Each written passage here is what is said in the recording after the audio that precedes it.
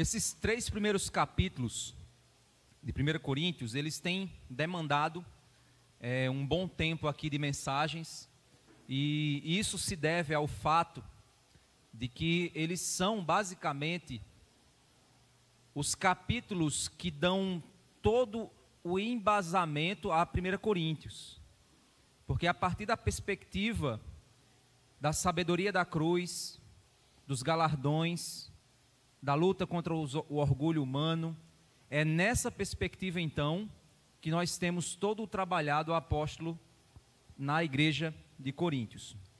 A nossa mensagem hoje, o título dela é: por que Deus nos chama a buscar galardões? Por que Deus nos chama a buscar galardões? Eu fiquei de explicar um pouco a respeito do que significa isso nas Escrituras, né? Do que, infelizmente, é uma das áreas mais mal interpretadas e muitas vezes dá margem a coisas muito fora daquilo que de fato as Escrituras nos revelou. Então, é exatamente nesse sentido que nós vamos trabalhar aqui. Para isso, então, vamos refletir em alguns conceitos. Quando a gente fala sobre hermenêutica bíblica, é a ciência da interpretação. A hermenêutica é uma das áreas que eu me especializei nos meus estudos teológicos. E a hermenêutica é exatamente essa vertente que nos ensina a pensar sobre o significado do texto e extrair do texto o seu significado para aplicar o significado desse texto no ambiente de ensino e no ambiente de pregação. Um dos princípios extremamente importantes, que a gente chama de princípio de convicção, dentro da missão Pregar a Palavra, esse é o nome dado, princípio de convicção, é o princípio chamado permanecer na linha. Permanecer na linha significa que eu preciso falar onde o texto fala e calar onde o texto cala. Isso é um princípio muito importante. Eu não posso me calar onde o texto fala, porque o que o texto fala é importante para mim, para meu crescimento, para minha edificação, para a revelação de Deus na minha vida. Mas também eu não posso divagar onde o texto cala, ficar divagando, ficar viajando, ficar pensando coisas que o texto não se refere. Lá em Deuteronômio capítulo 29, verso 29, está escrito a seguinte ideia: as coisas encobertas pertencem ao Senhor nosso Deus, porém as reveladas nos pertencem, a nós e aos nossos filhos para sempre, para que cumpramos todas as palavras desta lei. Tudo que Deus revela possui o propósito de nos levar a conhecer a Deus e obedecê-lo, viver uma vida para a glória dele. Deus não revela coisas inúteis. Tudo que Deus revela possui uma utilidade de produzir na vida do homem, primeiro, adoração e obediência.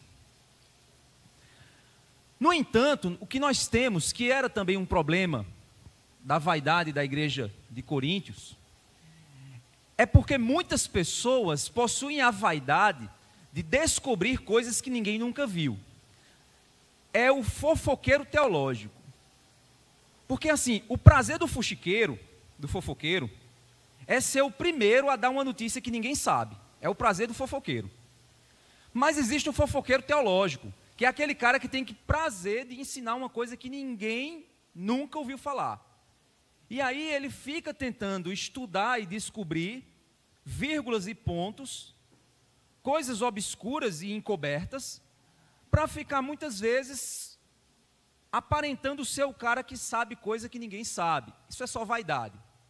Normalmente pessoas que são inclinadas a isso são pessoas de egos inchados. Pessoas que se acham muita coisa, tem essa tendência. Isso é um problema tão sério que até Pedro reconheceu que tem pessoas que fazem isso.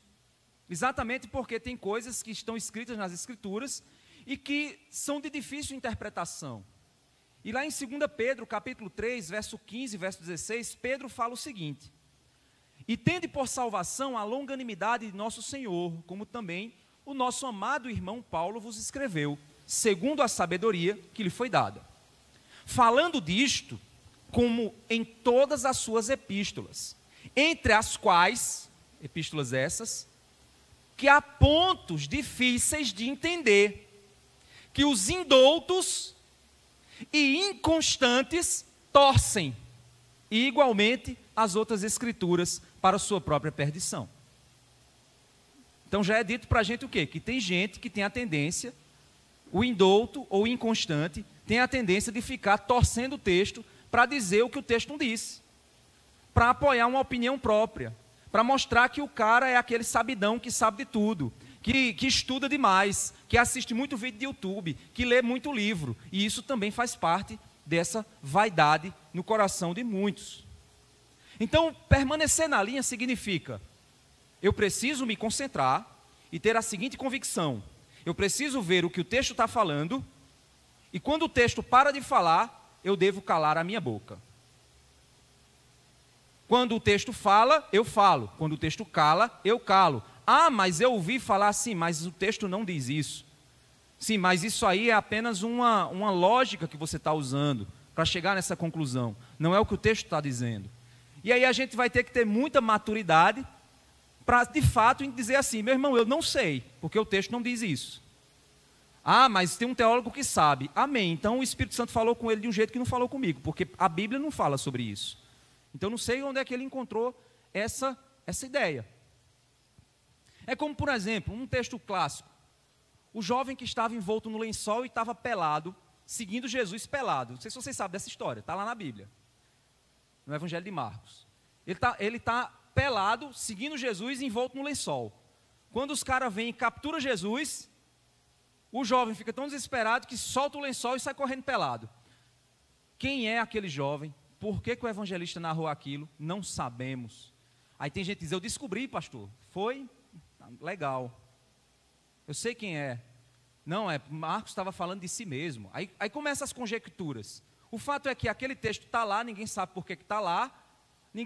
Nenhum evangelista explicou por que aquele texto está lá e não sei por que aquele texto é importante de estar lá. Não sei. E aí vem as conjecturas para tentar entender. Mas eu tenho que permanecer. O que é que o texto diz? Que um jovem voltou no lençol, na hora que ficou com medo, soltou o lençol e correu pelado. É o que o texto diz. Não, é porque a nudez significa a vida de alguém que está em perigo e eu preciso. E aí o lençol é a fé que está sobre o corpo daquele que crê. Não, era um caba nu com um lençol, que joga o lençol e sai correndo. Ponto.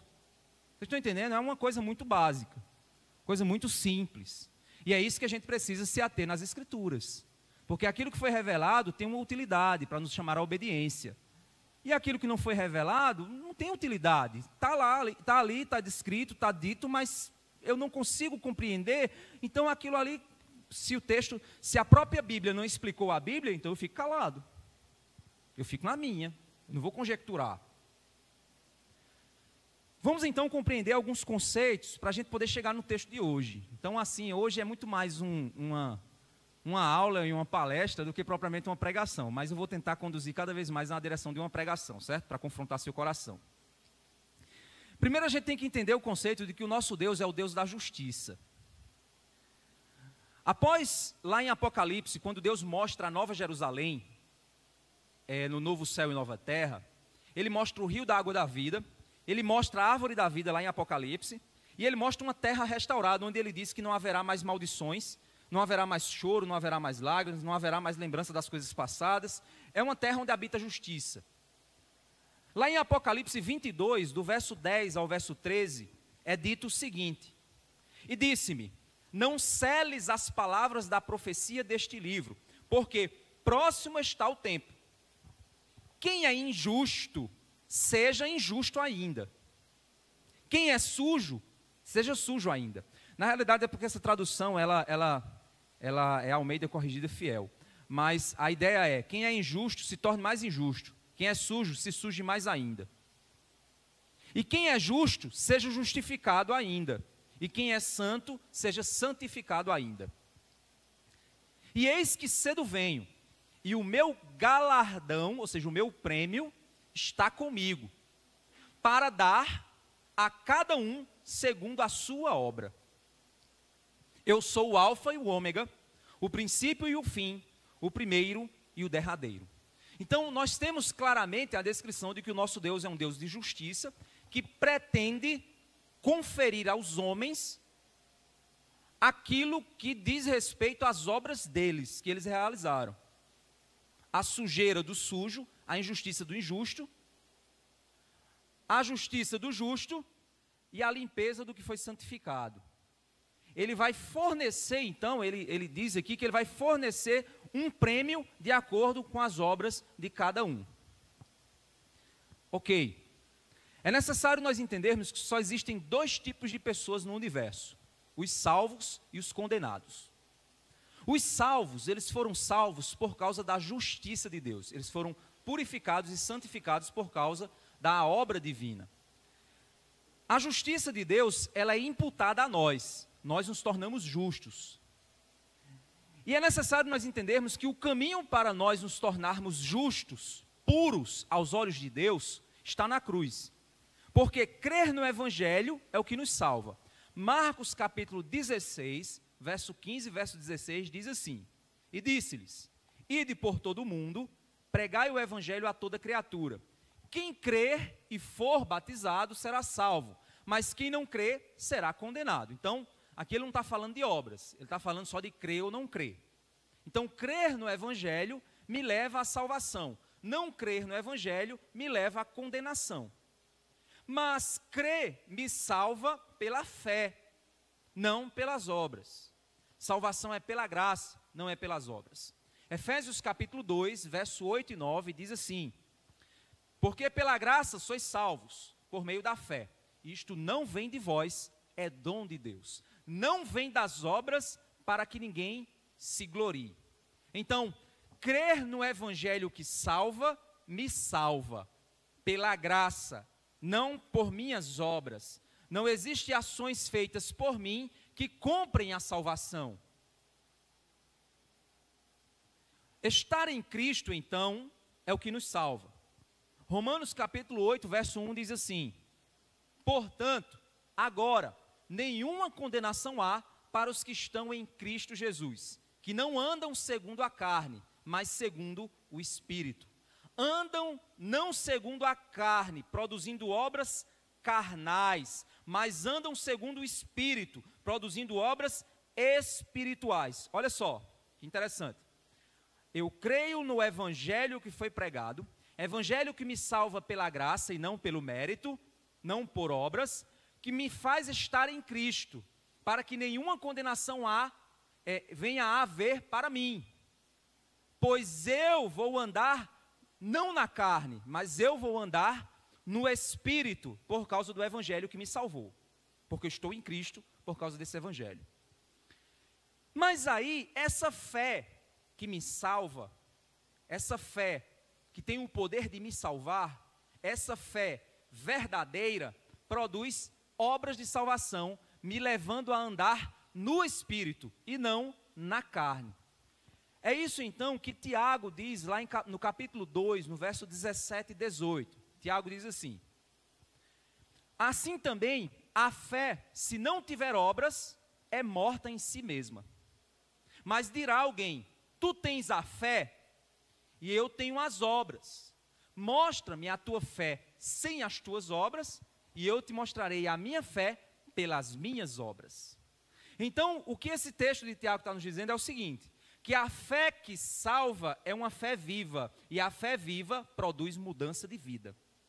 Essa fé viva que produz mudança de vida me faz estar em Cristo, e por estar em Cristo, eu pratico obras no Espírito. E as obras no Espírito são obras derivadas da justiça da cruz. Tudo isso nos leva a crer crer no Evangelho, que nos ensina que Deus veio nos resgatar e morrer em nosso lugar, por causa de nossos pecados, nos salva, por meio da graça, e não das nossas obras. Ou seja, as nossas obras religiosas, ou por melhores que sejam, são incapazes de nos salvar. E por isso Jesus veio realizar obras perfeitas em nosso lugar, morrer em nosso lugar, e assim todo o que crê no que Jesus fez na cruz, será salvo pela graça. Quem agora estiver em Cristo, salvo pela graça, jamais será condenado. E quem está em Cristo, salvo pela graça, anda no Espírito e executa obras que evidenciam sua salvação. Quem tem uma fé falsa, ou somente de palavras, não tem obras, pois sua fé é morta. Por isso, as obras santas são uma forte evidência de que alguém nasceu de novo em Jesus Cristo. Algumas pessoas, infelizmente, elas serão como tições tirados do fogo. Isso é uma expressão bíblica. Vou explicar para vocês o que significa isso.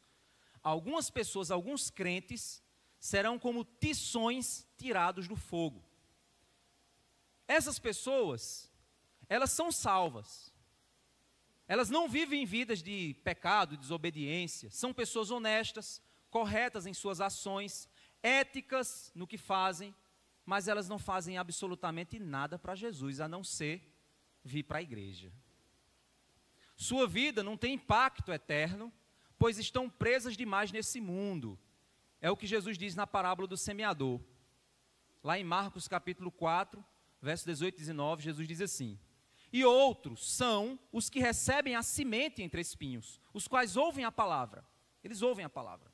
Mas os cuidados deste mundo e os enganos das riquezas, as ambições de outras coisas, no entanto, sufocam a palavra e ela fica sem fruto na vida dessa pessoa. Tem gente que é assim, é crente só com a carteirinha na mão. É ético, é correto, faz as coisas direitinho, mas é só isso que ele faz. A vida dele é basicamente só essa. Ele curte a vida dele, vai para os cantos dele, faz as viagens dele, mas ele é só um membro no hall de membro de uma igreja, uma pessoa muito boa, muito honesta, muito correta, mas é só isso que ele é. O que então é esse tipo de crente? É o crente tirado do fogo, do inferno na última hora. Amós capítulo 4, verso 11 diz assim: subverti a alguns dentre vós, como Deus subverteu a Sodoma e Gomorra. E vós fostes como um tição arrebatado do incêndio. Contudo, não vos convertestes a mim, diz o Senhor. Esse texto aqui, Deus está dizendo o seguinte a Israel: Israel, eu salvei vocês nos 45 do segundo tempo. E mesmo assim vocês não entregam seu coração a mim. Ele está falando para a nação, certo? É óbvio que ele não está dizendo aqui que ele salvou e mesmo assim eles não se converteram. Não é isso, ele está falando da nação. Ele salvou a nação como um tição tirado do fogo aos 45 do segundo tempo. Mesmo assim esse povo não entregou a vida a eles. Essa expressão, ela ecoa. O que é uma expressão que ecoa? É quando um autor bíblico usa uma expressão que aparenta demais aquela expressão que está ali. O fogo é o juízo de Deus, mas vão ter pessoas que diante desse juízo divino, vai sobrar somente a carteirinha de evangélico. Vai sobrar só essa carteirinha. Ela vai entrar no céu faltando pouco. As roupas delas vão estar, que no pé vai estar com cheiro de enxofre. Porque elas foram levadas para o céu, quase que ela não entrava. Quase que ela não ia. Por quê? Porque a vida dela é uma vida medíocre. É uma vida cristã medíocre. Essa é uma realidade, infelizmente, de muita gente. Agora a gente vai ler duas parábolas que vão nos ajudar a refletir sobre o conceito de galardão. E vai nos ajudar a pensar sobre o caráter do coração do Senhor a respeito do que Ele espera dos servos dEle. E o chamado para nós realizarmos a obra dEle. Abram suas Bíblias em Lucas capítulo 19.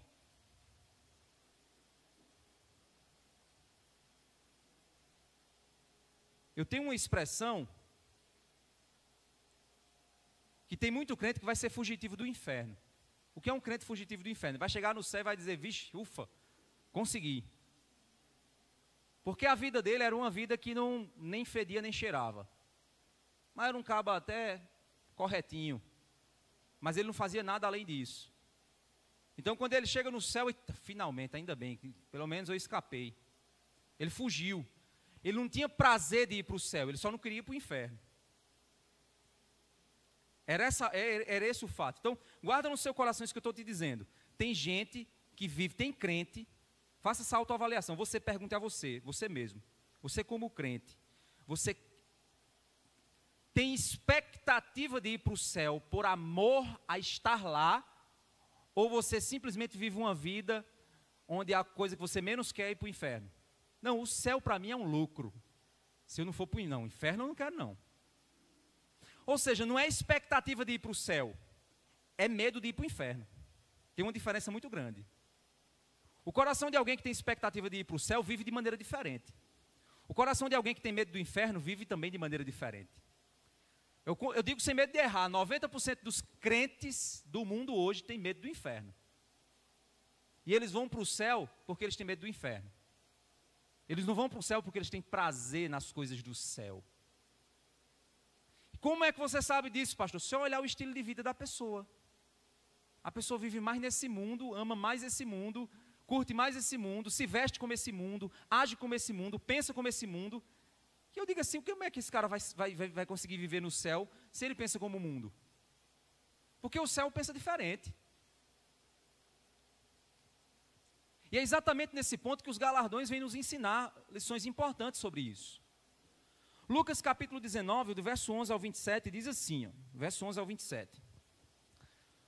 Ouvindo eles estas coisas, Jesus contou uma parábola, visto estar perto de Jerusalém, e lhes parecer que o reino de Deus havia de manifestar-se imediatamente. Ou seja, ele estava se aproximando de Jerusalém, e quanto mais Jesus ia andando para Jerusalém, os discípulos dizendo, é agora que o fogo vai pegar, é agora que o bicho vai pegar, é agora que o reino vai ser estabelecido, e aquela expectativa de que o reino ia vir. Aí Jesus vai e conta uma parábola para eles, sabendo que no coração deles aquela expectativa estava acontecendo.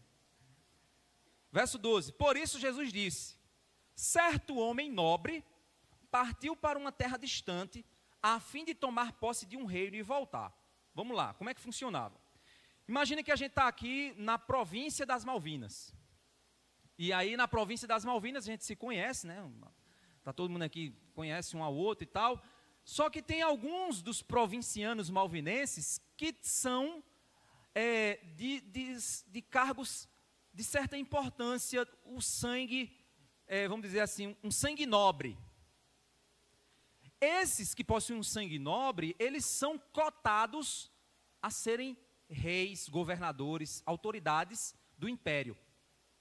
Aí o império vai e diz o seguinte, olha, nós queremos eleger fulano de tal, que é conde das Malvinas, para ele ser o novo rei, porque a gente vai transformar as Malvinas num império, num reino.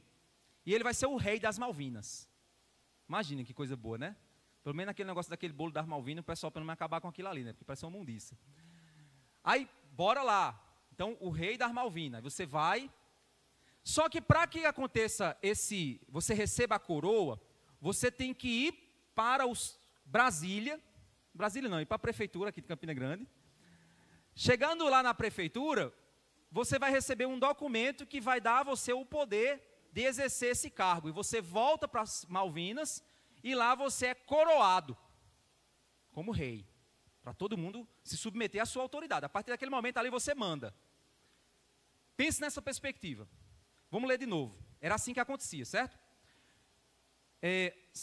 Por isso Jesus disse, certo homem nobre partiu para uma terra distante, a fim de tomar posse de um reino e voltar. Ou seja, esse homem ia para uma terra distante, ou seja, para o império, receber o documento que ia dar a ele o poder de ser rei, e ele ia voltar para o território dele com esse documento e dizer, está aqui, agora vocês vão me coroar. Entendeu a lógica? Esse homem nobre partiu para uma terra distante para tomar posse de um reino e voltar para então ser proclamado. Só que antes de viajar, no verso 13, chamou 10 dos seus servos, confiou-lhes 10 minas. A mina era uma moeda que equivalia a um dia de trabalho. É quase nada do ponto de vista dos negócios. Então ele chamou 10 servos e deu 10 minas, uma mina para cada um deles. E disse-lhes, negociem até que eu volte. Ou seja, esse cara que ia receber o reino das Malvinas, ele tinha alguns funcionários. Aí ele chegou para os funcionários e disse assim, meus funcionários, toma aqui o equivalente a um dia de trabalho. Enquanto eu viajo para receber o documento, vocês vão ficar trabalhando aqui para fazer esse meu dinheiro render, certo? Vocês são meus funcionários, vocês vão fazer o dinheiro render, ok? Ok. Verso 14. Mas os seus concidadãos, ou seja, os outros malvinenses, o odiavam e enviaram após ele uma embaixada, ou seja, mandaram uma comitiva ir lá na prefeitura dizer assim: não aceitamos esse cara aqui, não queremos ele, dizendo: não queremos que este reine sobre nós. Então existia um movimento ali de rebeldes. Verso 15. Quando ele voltou, depois de ter tomado posse do reino, aí ele veio e tomou posse do reino, mesmo que o povo reclamando, mandou chamar os servos a quem tinha dado dinheiro, a fim de saber quanto tinham conseguido ganhar em seus negócios. O primeiro se apresentou e disse: Senhor, a sua mina rendeu 10. Olha só, o cara pegou um dia de trabalho e transformou no equivalente a 10 dias. O Senhor lhe disse: muito bem, servo bom, e porque você foi fiel no pouco, terá autoridade sobre 10 cidades. Ou seja, pelo fato de você ter feito um bom trabalho, o seu trabalho será recompensado quando você reinará com uma maior responsabilidade. Esse é o que está sendo dito na parábola. Ou seja, por eu ser uma pessoa muito responsável com o que eu fiz, o rei me responsabilizará com a mesma equivalência. Ok. O segundo servo veio e disse: Senhor, verso 18, a sua mina rendeu 5. A este o Senhor disse: você terá autoridade sobre 5 cidades. O que ele está querendo mostrar aqui é uma proporcionalidade, certo? Rendeu 10, 10 reinos. Rendeu 5, 5 reinos. Ou seja, um funcionário que tem a capacidade de render 10 sobre 10 reinos, ele reinará, porque ele tem essa capacidade. Outro funcionário que tem a capacidade de 5, reinará sobre 5. Verso 20. Então veio outro servo dizendo: Senhor, aqui está a sua mina, que eu guardei embrulhada num lenço. O cara pegou e embrulhou e disse assim: eu vou embrulhar aqui e vou cuidar da minha vida. Vou negociar para esse cara não. Vou embrulhar aqui, vou deixar guardadinho, vou cuidar da minha vida, vou cuidar da minha empresa, vou cuidar do meu dinheiro, vou cuidar dos meus sonhos, vou cuidar das minhas viagens, vou cuidar de tudo que eu tenho na minha vida. Quando ele voltar, eu entrego para ele. Ele tinha sido dado uma missão para esse servo. Verso 19, a este o Senhor disse: você terá... Não, verso 21. Olha a ideia da cabeça desse cara. Porque tive medo do Senhor, que é homem rigoroso. O Senhor retira o que não depositou e colhe o que não semeou. Aí você pergunta, de onde ele tirou essa ideia de que esse Senhor é assim? Aí o Senhor, como era um homem extremamente justo, no verso 22, mas o Senhor respondeu: servo mau, eu o julgarei usando suas próprias palavras.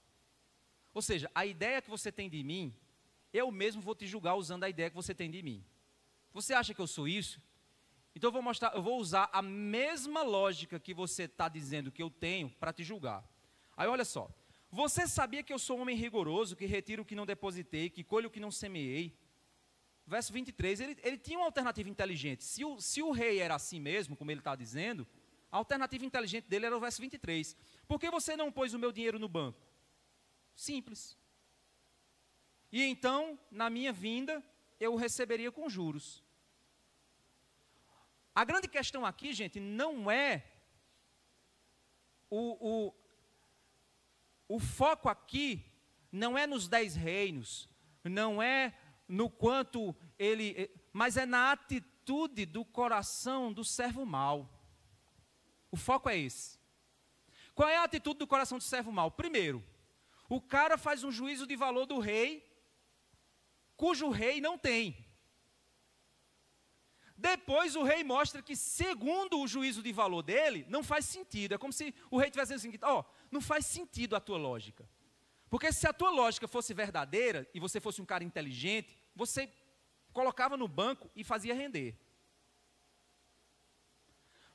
Mas o que o texto está dizendo é: olha, o teu problema não é que eu sou rigoroso, o teu problema é que você não ama o meu reino. Você não está nem aí com o que eu fui fazer. Você não está nem aí com a minha coroação. Você não está nem aí com os meus propósitos. Você não está nem aí com os meus negócios. Você está preocupado com os seus negócios. É esse o ponto dessa parábola. E aí ele vai no verso 24, no verso 23, por que você não pôs meu dinheiro no banco, então na minha vinda eu receberia com juros? Verso 24, e disse aos que estavam ali, tirem dele a mina e deem ao que tem 10. Eles ponderaram, Senhor, ele já tem 10. Ao que o Senhor respondeu, pois eu declaro a vocês que todo o que tem será dado mais, mas ao que não tem, até o que ele tem será tirado. Ao que não tem o quê? Ele tinha uma mina. O que é que ele não tinha? Amor pelo reino, visão de reino, amor pelo rei. Ele não tinha isso. Então até o que ele tem vai ser tirado. Jesus ele diz, aquele que não perder sua vida por amor de mim, nunca ganhará a vida. Se você não tem capacidade de abrir mão dos seus sonhos pessoais para assumir os propósitos de Deus na sua vida, então não venha dizer que você ama o Senhor não, você ama as mãos dele, você ama os dons do Senhor, você ama as bênçãos, você ama o poder de Deus, você é um servo interesseiro, você quer Deus enquanto ele for bom para você, para o seu propósito pessoal, e muito crente vive assim.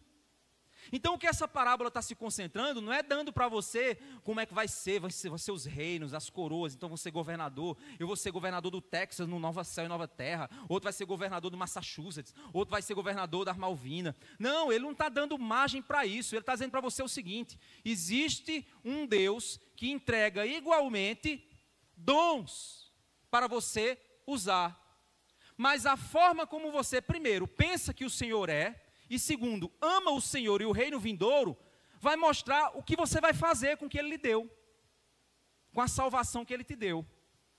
Tem gente que vai fazer o que com a salvação que Deus deu? Nada. Por quê? Porque o reino de Deus vai de encontro ao seu reino pessoal. Uma parábola sobre usar o pouco que Deus nos deu igualmente por amor ao rei que virá reinar. É uma parábola que nos ensina sobre fazer uso do que temos igualmente para preparar o reino de Deus que virá se estabelecer nesse mundo. E assim mostrar que a obra de Deus em nós e através de nós nos capacitará a coisas maiores. Olhar para o futuro e nos motivar no presente. Esses servos deveriam dizer o seguinte, olha, o nosso Senhor foi receber poder para ser coroado. Então vamos fazer uso da responsabilidade que Ele nos deu, pois nós somos funcionários dEle. E vamos fazer isso olhando para quando Ele voltar. E quando Ele voltar, que alegria vai ser eu mostrar para Ele o que eu fiz com o que Ele me deu. Mas só tem alegria quem de fato é bom funcionário. Se você só trabalha pelo salário, você é um péssimo funcionário. Mas se você trabalha pelo serviço, pelo prazer de servir, pelo prazer de fazer, pelo prazer de ser alguém útil na sociedade, para a tua empresa, para o teu negócio, para o que for, você é um bom funcionário.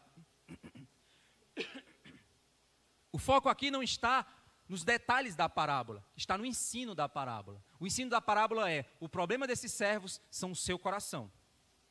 E aí vamos para Mateus capítulo 25, vamos olhar uma outra, que muita gente tenta comparar as duas e encontrar detalhes nelas.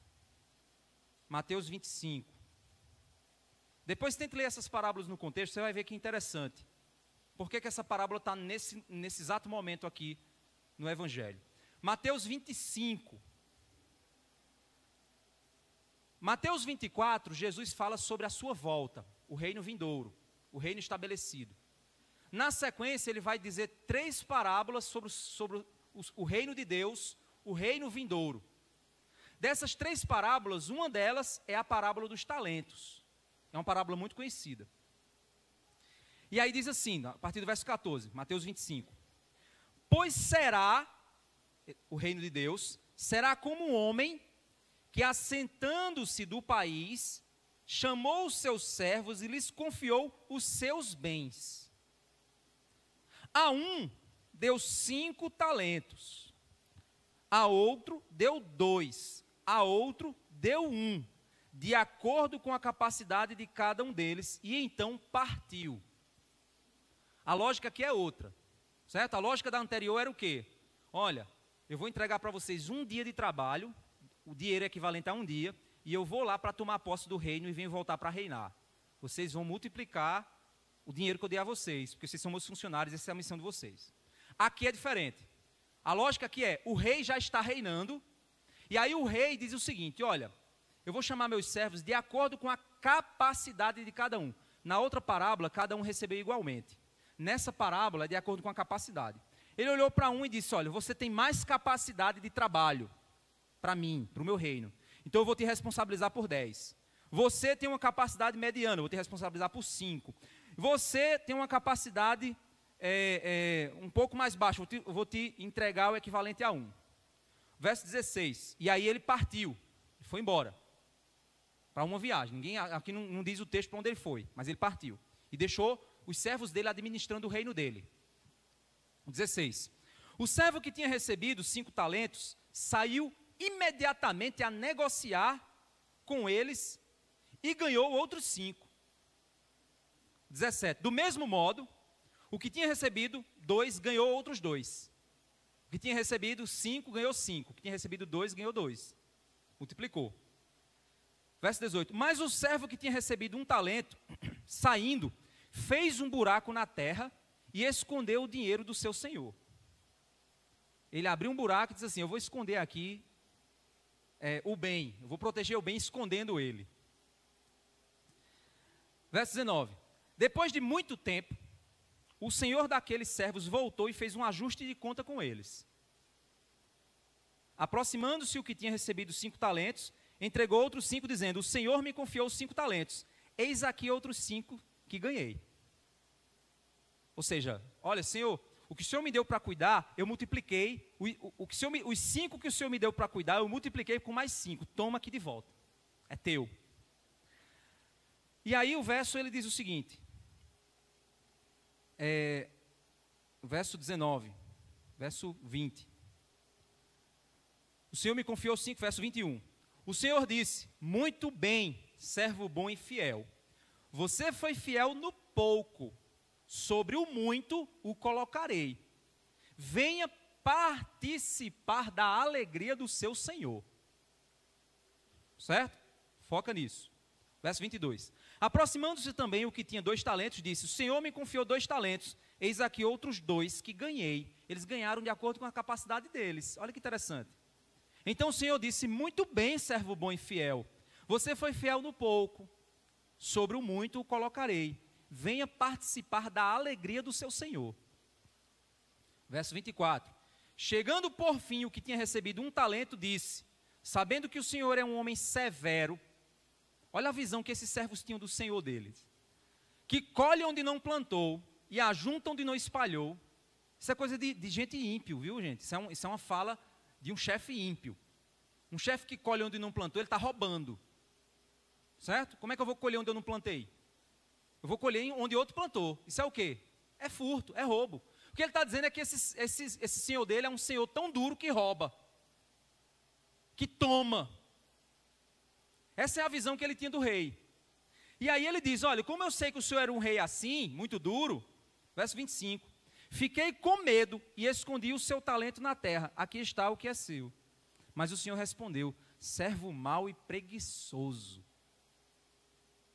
Você sabia que eu colho onde não plantei e ajunto onde não espalhei? Aí ele está dizendo, olha, segundo a tua lógica, se eu sou esse ladrão que tu está dizendo, verso 27, então você devia ter entregado o meu dinheiro aos banqueiros. Seja pelo menos o mínimo prudente. E eu, ao voltar, receberia com juros o que é meu. Portanto, tirem dele o talento e deem ao que tem 10. Porque a todo a que tem, mais será dado e terá em abundância. Mas ao que não tem, até o que lhe tem, será tirado. Quanto ao servo inútil, lancem-no para fora nas trevas, ali haverá choro e ranger de dentes. Ou seja, aquele servo ali, ele na realidade não tinha de fato um relacionamento com o Senhor. Porque ele foi lançado no inferno, na condenação, ele foi lançado para fora do reino. E aí isso mostra algo muito sério. Porque Deus nos deu dons e talentos para nós usarmos para o reino dele. Mas se você esconde isso, se isso não te leva a proclamar ou fazer uso do que Deus te deu, O que é que Deus me deu para o reino dele? Cuidar de uma igreja. É uma responsabilidade grande. Então eu vou fazer. Vou multiplicar conforme o dom que ele me deu. Ah, mas o dom que ele me deu, pastor, é somente para eu tirar essa cadeira daqui e pôr ela aqui. Faça da melhor forma possível. Se foi o que ele te chamou e a capacidade que ele te deu, não importa. Porque aqui, para o que tem 5, para o que tem 10, para o que tem 2, ele não está comparando um servo com o outro. Ele está olhando para o coração do servo e dizendo assim: qual opinião você tem a respeito do meu reino? Qual ideia você tem a respeito de quem eu sou? Qual compromisso você tem com o que eu te dei? Com o contrato que eu fiz com você? Eu comprei você com um alto preço. Eu paguei o preço do sangue do meu filho para te chamar, para te salvar. E eu quero que você trabalhe para mim. Eu quero que você faça a minha obra. E eu te dei dons e talentos. E aqueles que fizerem a minha obra multiplicarão para o reino, mas participarão no fim de tudo da alegria do Senhor. Quem tem visão de reino se alegra com o avanço do reino. Quem tem visão egoísta não tem visão de reino. Quem só pensa em si não tem visão de reino. E essas pessoas não se alegram quando a igreja avança. Não se alegram quando alguém é batizado. Não se alegram quando famílias são restauradas. Elas não têm visão de reino, então elas não se alegram. Elas não têm o gozo do Senhor em si mesmas. Porque o reino delas é o reino pessoal. A igreja para ela só serve se der para ela o que ela quer. Se oferecer para ela aquilo que vai entreter, a programação que ela gosta, porque ela não veio para servir, ela veio para ser servida. Ela não tem o coração de Jesus que veio para entregar a sua vida em resgate por muitos, mas ela quer que os outros entreguem a vida para ela, sirvam a ela, porque o foco sou eu, é para mim. Eu não me envolvo na igreja com nada que não seja do meu interesse. Mas a grande questão é: quem é o Senhor da sua vida? O Senhor da sua vida é quem te contratou e quem te manda executar e quem te dá talentos e te dá dons? Ou é você quem determina? A parábola do Mateus 25 é uma parábola sobre Deus nos conceder responsabilidades de acordo com o chamado que Ele determinou para nós. Aqui o foco é no que Deus faz com o que Deus nos confiou, de acordo com a capacidade que Ele nos deu. Em ambos os casos, o alvo é apontar a atitude do coração dos servos infiéis. Ambos os servos fazem um juízo de valor que não representa o coração daquele senhor. Ambos são julgados com base no próprio juízo que eles estabeleceram. Na realidade, eles usam a percepção que eles têm equivocada sobre o Senhor como desculpa para não fazer aquilo que o rei mandou fazer. Preguiça de trabalhar para Deus, porque as coisas de Deus me tiram do meu projeto pessoal. São muitas as pessoas que servem a Deus ou pelo motivo errado, ou até mesmo pelo motivo errado não querem nem servir, por não ter real compromisso de amor com o Senhor. Gente, isso é muito sério. Você está dizendo assim: ah, pastor, para você é fácil dizer isso porque você trabalha na obra. Tem muito pastor que está trabalhando na obra, mas não está trabalhando para Deus.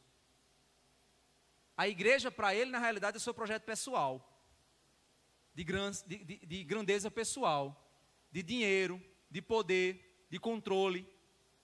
Ele não está fazendo a obra para Deus. E esses serão julgados também. Pode ter a maior igreja, pode ter a catedral de Notre Dame, mas vai ser julgado do mesmo jeito, porque o que eles fazem não é para o reino avançar, é para si mesmos.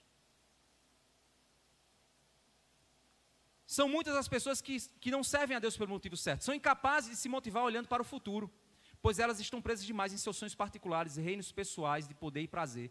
Não percebem que elas são servas e tudo o que elas têm foi dado pelo Senhor.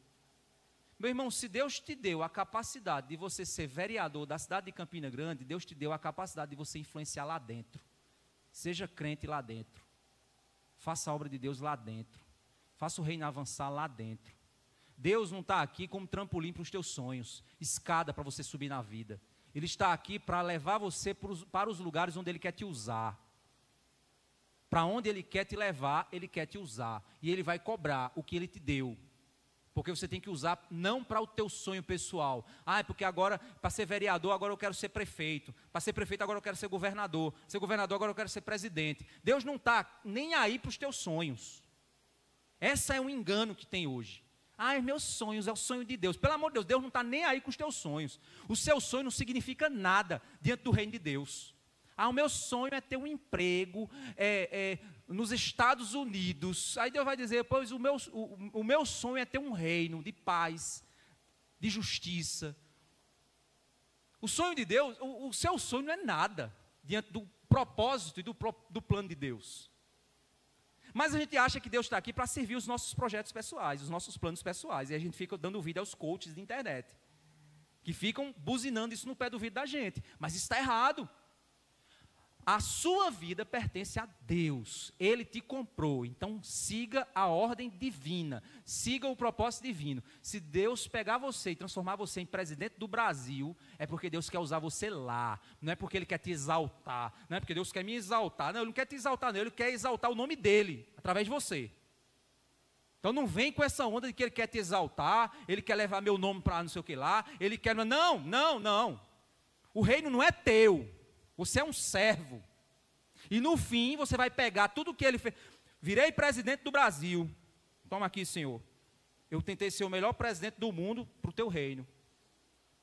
É assim que vai funcionar. O Senhor me deu a oportunidade de pastorear a Batista da Graça. Senhor, eu tentei fazer o máximo que eu pude para te servir da melhor maneira. É isso que vai acontecer. E você tem o que para apresentar? A tua empresa? Não, porque a minha empresa foi a maior empresa do mundo, porque eu queria ser muito rico, queria ter muito dinheiro, queria ter... Sim, mas e para o reino? Para o reino. Essa empresa fez o que para o reino de Deus?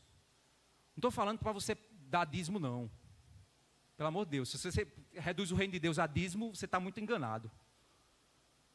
Mas na tua empresa, você que é empresário, na tua empresa, você evangeliza seus funcionários? Você é honesto nos seus negócios? Você impacta? O pouco que você deu, você investe pelo menos um pouquinho na obra de Deus. Você faz alguma diferençazinha quando você vê um missionário, quando você vê a obra de Deus precisando. Você faz o mínimo, você pega assim, não, vou pegar pelo menos o mínimo aqui. Eu vou dar um negócio novo aqui, desse aqui. Eu tenho só condição de dar um negócio desse aqui. Eu vou dar para os irmãos poder tocar melhor. Você não está precisando trocar não, eu estou só usando como exemplo. Mas não, eu estou aqui, eu já dei meu dízimo, eu não sei o que. Ou seja, não há sonho sobre o avanço da igreja. O sonho da gente aqui nessa igreja, gente, é a gente poder pôr um ar-condicionado, fechar aqui, comprar os terrenos laterais, o que Deus nos permitir comprar, para a gente expandir. Por quê? Porque a gente quer ganhar muito dinheiro? Não, porque a gente quer aqui fazer uma escola cristã. A gente quer ter um centro de aconselhamento bíblico. A gente quer ter um centro para formação de pastores na área de pregação expositiva. A gente quer formar futuros líderes, criar missionários, formar missionários aqui dentro para a gente mandar para esse mundo. Ser um centro, ser um local onde a gente tem famílias que são restauradas, vidas que são transformadas. A gente evangeliza ali na FAP, a gente evangeliza no Homens de Cristo. Ou seja, o que a gente quer é fazer o nome de Cristo ser conhecido. E aí a gente tem o quê? Essa estrutura, e vamos lá, vamos usar.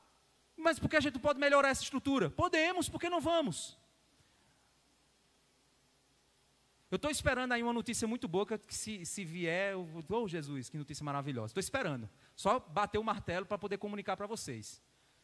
Uma porta que Deus abriu aí maravilhosa. Orem por ela. E aí eu estou só na expectativa. E aí eu cheguei em casa, aí eu disse, Michele, pelo amor de Deus. Fulano me ligou e disse, aí eu falei, né? Aí Sara fez, vixe, papai está tão feliz que parece até que foi para ele. Eu digo, foi. Não foi para mim não, foi para a igreja. Eu não vou pegar nenhum tostão disso. Mas a igreja vai receber e a obra de Deus vai avançar. Por quê? Porque o sonho de que essa obra avance não pertence a mim. Porque isso aqui foi o que ele me entregou para eu administrar e poder devolver para ele. Enquanto eu estiver aqui. E cada um aqui tem uma responsabilidade do ministério que você está. Líderes, os ministérios que vocês estão fazendo de todo jeito? Irresponsáveis, desorganizados, sem compromisso. O que Deus te deu, você não está fazendo. Ah, não, é porque eu tenho outras prioridades. E o reino? E o avanço do reino? Se pelo menos na tua escola tu evangelizasse, pelo menos no teu bairro tu fizesse muito mais, tudo bem, eu te liberava dessa atividade da igreja. Vai lá evangelizar, vai ganhar pessoas para Jesus. Mas a igreja precisa, os irmãos precisam, a obra precisa avançar. O que nós temos aqui, irmãos, é a revelação do coração dos servos, nas duas parábolas. A expectativa messiânica da volta e do estabelecimento do reino daquele rei. É esse o foco dessas parábolas.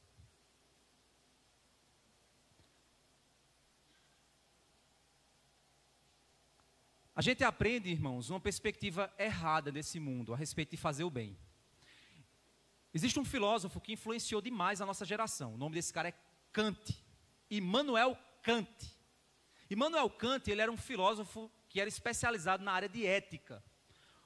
O Kant, ele ensinou o seguinte princípio: se você quiser fazer o bem, não queira nada em troca, porque se você quiser em troca, ao fazer o bem, aquilo deixou de ser bem. Você diz, caramba, foi o Kant que ensinou isso? Foi. Eu tenho certeza que todo mundo aqui pensa assim, porque o Kant influenciou a nossa geração. Só que se eu dizer uma coisa para você, isso não é bíblico não. Buguei, pronto, fique bugado, agora eu vou consertar a sua cabeça. A Bíblia ensina que nós devemos buscar fazer o bem para ganhar realmente algo em troca. A Bíblia não ensina para você fazer o bem só por, vou fazer o bem e nem, é só para fazer. Não, a Bíblia não ensina isso não, gente. Olha só, Mateus capítulo 6, verso 16. Quando jejuardes, não vos mostreis contristados como os hipócritas, porque desfiguram seus rostos para que os homens pareçam que jejuam. Em verdade vos digo, já receberam o seu galardão. O cara que jejua e mostra para o povo, eu estou sofrendo. Sabe o que é que ele quer? Ele quer o galardão dos homens. Ele quer as palmas. As palmas já é o presente dos homens. Então ele está dizendo, se você faz isso, você já tem um presente dos homens. Então você não precisa mais de galardão para você. O seu galardão, o seu desejo é outro galardão. Aí ele diz, tu porém, quando jejuares, unge tua cabeça, lava teu rosto, para não parecerem aos homens que jejuam, mas a teu pai, que está em secreto. Teu pai que vem em secreto te recompensará publicamente. Olha só, faça para Deus, e Deus vai te recompensar publicamente. Eu vou fazer para ser recompensado publicamente. Não é esse o objetivo. Vou fazer para Deus. E Ele me recompensará segundo a vontade e o propósito do reino dEle. E Ele te recompensará publicamente. No mesmo contexto, ele vai dizer no verso 19: não ajunteis tesouros na terra, onde a traça e a ferrugem consomem, os ladrões minam e roubam, mas ajuntai tesouros no céu, onde nem a traça nem a ferrugem consome, e onde os ladrões não minam nem roubam, porque onde estiver o teu tesouro, ali também estará o teu coração. Ou seja, meu irmão, trabalhe mesmo. Trabalhe para receber salário de Deus. Sabe como? No céu. Trabalhe por algo maior. Mas eu não vou receber nada aqui. É claro que você vai trabalhar para ser sustentado. Olha aí para as aves do céu, que nem semeio, nem colhem, nem ajuntam em celeiros, e o vosso Pai a sustenta. Mas a lógica não é essa? Deus cuida de nós. Mas a motivação do meu coração é eterna. Não é temporal. Não é aplauso de homens. Não é os olhos humanos. Mas é os olhos eternos de um Pai amoroso, que está lá, olhando para as obras que eu faço para Ele, por amor dEle. No fim de tudo é uma questão do coração. Para quem você faz, por que você faz e qual é o resultado que você deseja obter. Resultado para o agora nesse mundo ou para o reino de Deus, que está se estabelecendo nessa terra, pois o rei viajou e deixou a gente cuidando das coisas dele. Ou porque o rei foi lá para receber a coroa e vai voltar e quer que a gente entregue de novo o que ele nos entregou, as responsabilidades que ele nos deu. Você usa o seu trabalho para avançar o reino de Deus? Você sonha com uma igreja ativa, uma igreja que evangeliza, uma igreja que ensina pessoas? Faz uma obra para o reino avançar, impacta a sociedade através da tua vida? Você sonha com isso? Uma igreja relevante, uma igreja que faz a diferença, uma igreja que prega o evangelho, uma igreja que faz avançar o reino de Deus? Você tem expectativa pelo reino do futuro, pelo que Deus está fazendo desse mundo? Você ama o Senhor e quer vê-lo feliz com o amor do que você fez para Ele? A tua recompensa é o sorriso de Deus? Oh, que recompensa maravilhosa! Entra no gozo do teu Senhor. Mas ao fazer tudo o que você faz, é da forma de Deus? porque essas parábolas nos mostraram que Deus está de olho no coração dos servos a quem Ele responsabilizou. Mas esse servo que trabalha por qual motivo? Trabalha usando que ferramentas? Que métodos? E aí vamos lá para 1 Coríntios capítulo 3.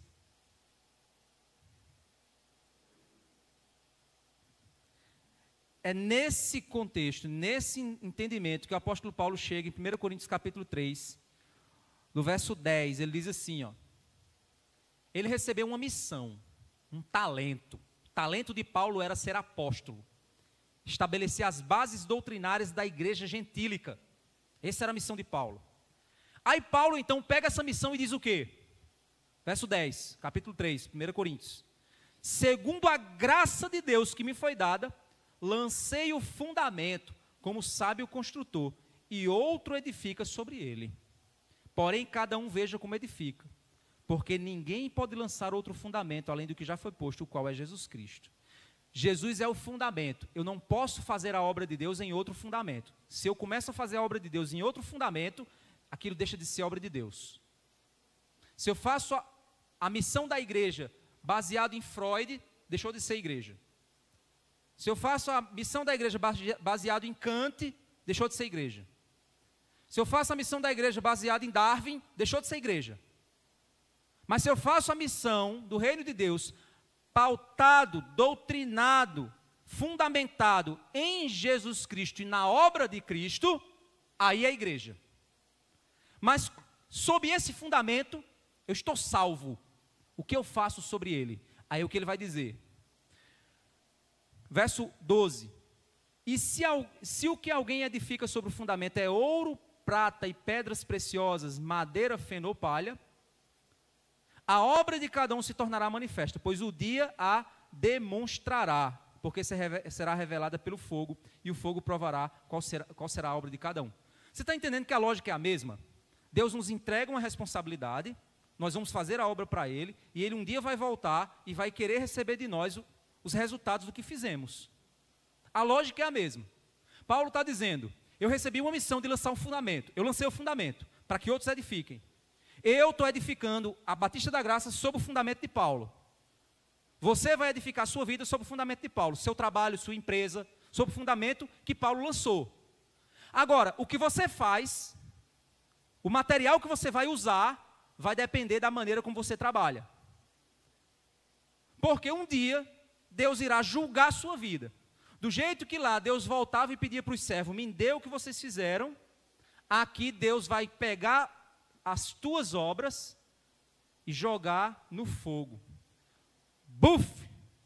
Por que ele vai fazer isso? Porque quem aqui tem aquelas bijuterias? Tem umas bijuterias que são de plástico, que o pessoal pinta de cromado. Eu acho que, pronto, vou falar de calota de carro. Tem umas calotas que elas são de plástico, pintada cromada. Aí você diz, eita, é cromado. Não, não é cromado. Quando você chega lá para saber se é, você sai batendo. Aí você vê que é plástico. Mas tem cara de cromado. Tem cara de roda cara. Mas não, é de plástico. O que é que Deus vai fazer? Tem gente que até pega madeira e pinta de ouro. Mas só ele pegar essa madeira e jogar no fogo, que essa madeira vai descobrir quem ela é de fato. Tem gente que parece ser crente, mas só é Deus pegar as obras dele e jogar, que você vai ver que o cara é só hipocrisia. Tem gente que é muito bonito, nas mídias sociais é a pessoa mais crente do mundo. Deus me ajuda, Deus é tudo para mim, Deus faz para mim e tal. Hipocrisia, hipocrisia e hipocrisia.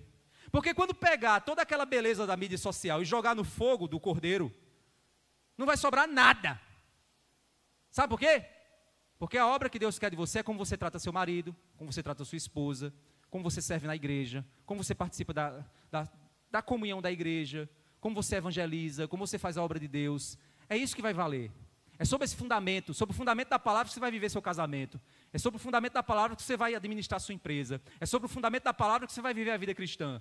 E é sobre esse fundamento que você vai edificar. Então você pode pegar o plástico que for da sua vida, pintar, dar a coisa mais linda e pôr nas mídias sociais e ficar pondo filtro e um bocado de otário caindo na tua hipocrisia e na tua conversa. Ai, que ela realmente, a irmã é uma bênção. Realmente o irmão é um santo. Eita, esse caba lê demais. Ó, toda vez ele posta uma foto de um livro. Ele diz, não lê um livro. Mas está lá, com a foto de um livro. Não é assim que o povo vive nas mídias sociais? É a era da hipocrisia. Mas a gente não tem vida. Mas aqui o texto está dizendo o seguinte: te prepara, porque Deus vai pegar essa sua vida e vai jogar no fogo. E você vai descobrir que você é um tição tirado do inferno. E vai chegar sem nada. Como é que vai ser isso? Aí você diz: pastor, isso é para eu viver com medo? Não. É para que você se motive pelo motivo certo. Trabalhe por aquilo que o reino te dará. Porque no momento em que, meu irmão, você trabalha no agora, com vistas ao reino futuro, Deus te dá bênçãos no agora, alegrias no presente e gozo no final. Então a minha motivação é: o meu rei me deu tudo que eu precisava para trabalhar. O que eu estou fazendo com o que ele me deu? A palavra me orienta. A igreja me serve. Os irmãos oram por mim. Eu tenho tudo o que eu preciso para viver uma vida maravilhosa aqui e agora. E no fim, entrar no gozo do meu Senhor. Mas eu não vivo assim. Eu vivo na hipocrisia. E aí um dia você vai ser queimado. Só que ele diz assim, ó, verso 14: se aquilo que alguém edificou sobre o fundamento permanecer, esse receberá recompensa. Que recompensa é essa? O texto não diz. Como é que vai ser? O texto não diz. É porque no outro reino vai ser, a recompensa vai ser 10 cidades, 20 cidades, eu vou ser governador da Califórnia, eu vou ser governador de Massachusetts. Não, é você que está dizendo. Mas a parábola lá dizia isso. Sim, ela dizia, mas até que ponto algum outro texto defende essa tese? Será que o foco daquilo ali não é Deus dizendo o seguinte: dependendo da sua vida aqui, ao reinar comigo, você reinará ou com mais alegria ou com menos alegria? Ou com mais responsabilidade ou com menos responsabilidade? O que será? Pesquise, procure saber. Você vai ver que os teólogos sinceros, eles não têm respostas para isso. Mas o princípio contido aqui é: tenha expectativas sobre o reino vindouro. Trabalhe agora olhando para o céu. Porque Deus vai receber de você o que você fez. E isso vai gerar fruto eterno. Ele continua dizendo assim, ó: se a obra de alguém se queimar, se sofrerá dano. Porém, ele mesmo será salvo. Como que através do fogo. Não é perder salvação, você será salvo. Mas o seu edifício de plástico não vai subsistir para a eternidade. Que tristeza eu passar a eternidade sabendo que o que eu vivi aqui foi hipocrisia. Porque aqui você pode ter o seu galardão nas mídias sociais, os seus elogios, as palmas, você pode ter. Aqui você pode ter muito galardão de muita gente. Aqui você pode ser visto como o melhor pregador de todos, como o maior baixista da igreja, como o maior tecladista, como um cara top dos top. Você pode ter aqui todas essas coisas, mas isso é o galardão dos homens. Não é por esses galardões que nós trabalhamos, é por aquilo que é eterno. Deus nos incentiva a buscar galardões, e não é errado buscar galardões, porque eles são superiores, são eternos. É como juntar tesouros no céu. Mas essa busca por galardões não nos dá prazer no agora, pois é uma busca por deleite em Deus. Quer dizer, essa busca por galardões nos dá prazer agora, pois é uma busca por deleite em Deus. Aí vem a resposta à pergunta do início, para a gente fechar. Por que Deus nos chama para buscar galardões? Porque Deus quer ensinar nossos corações a nos alegrarmos com as alegrias e as vitórias do reino de Deus. Vou repetir. Deus quer ensinar o coração dos seus servos. Você é servo de Deus? Levanta a mão aí, quem é servo de Deus? Levanta a mão. Ô, glória. Pronto, você é servo de Deus, né? Deus quer que você busque galardões. Sabe por quê? Porque Ele quer te ensinar a se motivar e se alegrar com as alegrias do reino de Deus. Ele quer isso para você. Ele quer alegrias superiores. Não deveria ser por medo do juízo que deveria nos motivar a trabalhar pois não seremos condenados se estamos em Jesus, mas deveria ser por medo de perder a oportunidade de se alegrar com a alegria do Senhor, de chegar na eternidade com uma linda coroa na mão para dar àquele que nos amou.